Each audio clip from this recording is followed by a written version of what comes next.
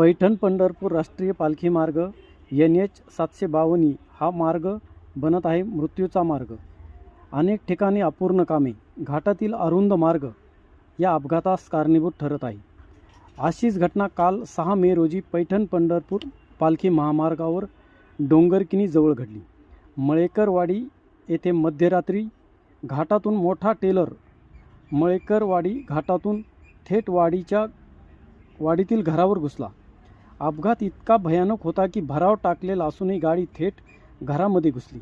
घराचे मोठ्या प्रमाणामध्ये नुकसान झाले।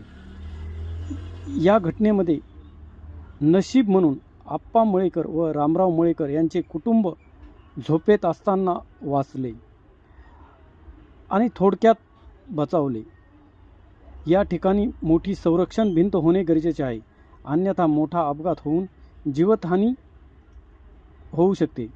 त्यामुळे पुढाऱ्यांना सांत्वना शिवाय काहीच उरणार नाही हे मात्र खरे आहे। त्यामुळे तत्काळ येथे संरक्षण भिंत होणे गरजेचे आहे। अनेक वेळा गेल्या वर्षभरापासून 6 ते 7 वेळा या ठिकाणी असे अपघात घडले आहेत आणि येथील जी वाडीतील लोक आहेत रस्त्याच्या कडेचे ते जीव मुठीत घेऊन बसत आहेत। तर त्यांची अशी मागणी आहे की पैठण पंढरपूर राष्ट्रीय पालखी मार्गावरील अपूर्ण कामं हे पूर्ण व्हावे आणि घाट हा अरुंद आहे, उताराचा आहे, त्याच्यामुळे वाहन जे उताराने येतं ते डायरेक्ट घरावर येते। यासाठी मोठी अशी या रस्त्याच्या कडेने संरक्षण भिंतीची आवश्यकता आहे। त्यामुळे संबंधित विभागाने याकडे तत्काळ लक्ष देऊन येथे भिंत बांधावी अशी त्यांची मागणी आहे। अन्यथा भविष्यात अशी मोठी जीवितहानीसारखी मोठी घटना घडू शकते आणि घटना घडल्यानंतर आपल्याकडे आणि पुढाऱ्याकडे या कुटुंबाला सांत्वनपर भेट दिल्याशिवाय काहीच उरणार नाही हे मात्र खरं आहे। नमस्कार, हा आहे मळेकरवाडी डोंगरकिनी या घाटातील रस्ता। हा रस्ता फॉरेस्ट ऑफिसरमध्ये संपादित झालेला आहे। तर या घाटातून जो अपघात झालेला आहे काल परवा आणि आज काल रात्री झाला का, रात्री जो 2:30 वाजता अपघात झालेला आहे हा 7वा प्रकार आहे। असं फिरू कॅमेरा असं 11 वाजता सांग तू 2:30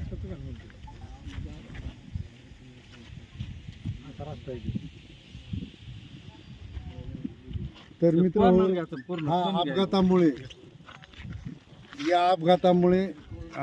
जे नुकसान झालेले आहे तुम्ही अगोदर प्रत्यक्ष पहा की हे काय म्हणते त्याला, काय म्हणते लव, काय म्हणते त्याला, हा पॉकलँड टेलर आहे ते वर कॅमेरे खाली बस। आता हे पुढचे घर बघा, हे जे घर आहेत हे घर हे पॉकलँड टेलर, त्याच्यामुळे हे भरावामुळं कमीत कमी हे घरं वाचलेले आहेत। या घरात रात्री 2:30 वाजता लहान बालके, महिला आणि शेतकरी कुटुंब कष्ट करून झोपलेले होते। केवळ ड्रायव्हरने असं सांगितलेलं आहे की ब्रेक फेल झालेला आहे। ब्रेक फेलमुळं हे टेलर खाली गेलेलं आहे। या भरावामुळं हे कुटुंब वाचलेलं आहे। तर मी या कुटुंबातले जे प्रमुख आहेत त्यांना त्यांची जी पीडित लोक आहेत की ज्यांच्यामुळं या टेलरमुळे यांचं किती नुकसान झालं असतं, आमचं वैयक्तिक कुटुंब पूर्ण बरखास्त झालं असतं, पहिला प्रश्न। दुसरा प्रश्न, ही 5वी 6वी घटना आहे, ती म्हणजे घटना होतच राहते त्या। पण आतापर्यंत किती वेळेस मागण्या केल्या तुम्ही की हे आमचं दुरुस्त करा, बांधावा म्हणून त्यांना 2-3 वेळेस आपण कोणाकडे काय प्रस्ताव दिला नव्हता, पण तोंडी मागणी केल्या त्यांना बऱ्याच वेळेस। वर्षातली 6वी घटना आहे आणि ही घटना पत्रकाराच्या माध्यमातून प्रसार झालेली, ग्रुपच्या माध्यमातून प्रसार झालेली आणि आजपर्यंत त्यातून दखल घेतलेली नाही। आणि हा रात्रीचा घात इतका भयान होता की तो सांगण्यासारखाच नव्हता की काय झालं आणि कसं झालं हे सांगण्याजोगं नव्हतं।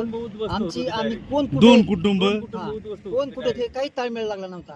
आणि नंतर पाहिल्यानंतर हे अपघात पाहिल्यानंतर हा पाहिला तर ट्रेलर आपल्या घरावर येऊन आढळलेला आहे असं दिसून आलं ते. आणि असे प्रकार वर्षातून सारखे घडतात टर्नमुळं, आणि ह्याची दखल आजपर्यंत काही कुणी घेतलेली नाही. प्रत्येकाच्या हे कानावर गेलेली गोष्ट आहे आणि सगळ्याला पत्रकाराच्या माध्यमातून सगळे आजपर्यंत वाचलेली पण आहे. काय हो असं तुम्हाला वाटतंय? आम्हाला इथं संरक्षण भिंत किंवा पुनर्वसन आमचे करावा असं महसूल विभागाला आमची विनंती आहे, आणि सार्वजनिक बांधकाम विभागाने ह्याची दक्षता घेऊन एक कुठला ते मार्ग काढावा असं आम्हाला वाटतं. आमच्या जीविताला इथून पुढे धोका आहे, म्हणजे आमचं- आजपर्यंत झालेलं नाही, पण इथून पुढे धोका कायमस्वरूपी आहे. अशा घटना प्रत्येक वेळेस घडतात, त्यामुळे ह्याची कोणतरी दखल घेणं गरजेचं आहे. हा जो परिवार आहे मळेकरवाडी घाटाच्या खाली, हा जीवनमानाचा प्रश्न यांचा आहे, आणि या प्रश्नामुळे त्यांचा पूर्ण परिवार, लेकरं बाळं महिला ज्या जीव मुठीत देऊन रात्री झोपत असतात. अत्यंत कष्ट करणारे ह्या परिसर आहे, शेतकरी परिवार आहे, आणि यामुळे हा यांच्या जीविताला आज धोका निर्माण झाला आहे. ही 6वी वेळ आहे, याच्या पुढे काय होऊ शकतं हे बघा तुम्ही, आणि यांचं पुनर्वसन करण्यात यावं. दिवसभर कष्ट करून मजुरी करून आम्ही जगतो आणि रात्री गाढ झोपेत असतो दिवसभर काम केल्यामुळं. रात्री असा अपघात घडला तर आम्हाला काय करणार, आम्ही कुठं पाळणार, का सावधगिरी कशी बाळगायची आम्ही नेमकं? बरं, तुम्ही तलाट्याला मंडळ अधिकाऱ्याला कळले काय? आजपर्यंत काही कळलेलं नाही. तोंडी सगळ्यात पहिले प्रकरण ही घटना कळली का? ही नाही कळलेलं. जे आतापर्यंत जे पहिले प्रकरण होत गेले हे सगळे माहिती आहेत त्यांना. पहिले एक वेळेस गाडी गेली सिमेंटाची गाडी, त्यावेळेस बी भरपूर नुकसान झालेलं आहे, त्यावेळेस बी माहीत आहे ना त्यांना. त्यावेळेस बी असं रस्त्याबद्दल त्यांना चर्चा केली, पण त्यांनी कुठल्याही गोष्टीची दखल घेतलेली नाही.